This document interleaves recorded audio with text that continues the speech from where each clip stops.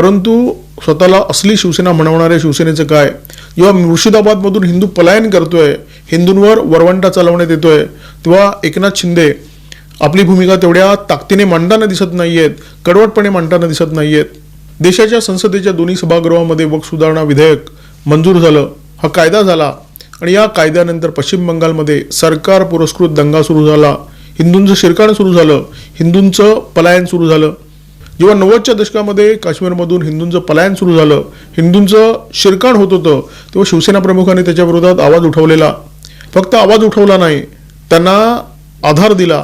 महाराष्ट्रामध्ये तेव्हा शिवशाहीचं सरकार होतं आणि या सरकारने काश्मीरी पंडितांसाठी, काश्मीरी हिंदूंसाठी शैक्षणिक संस्थांमध्ये आरक्षण जाहीर केलं.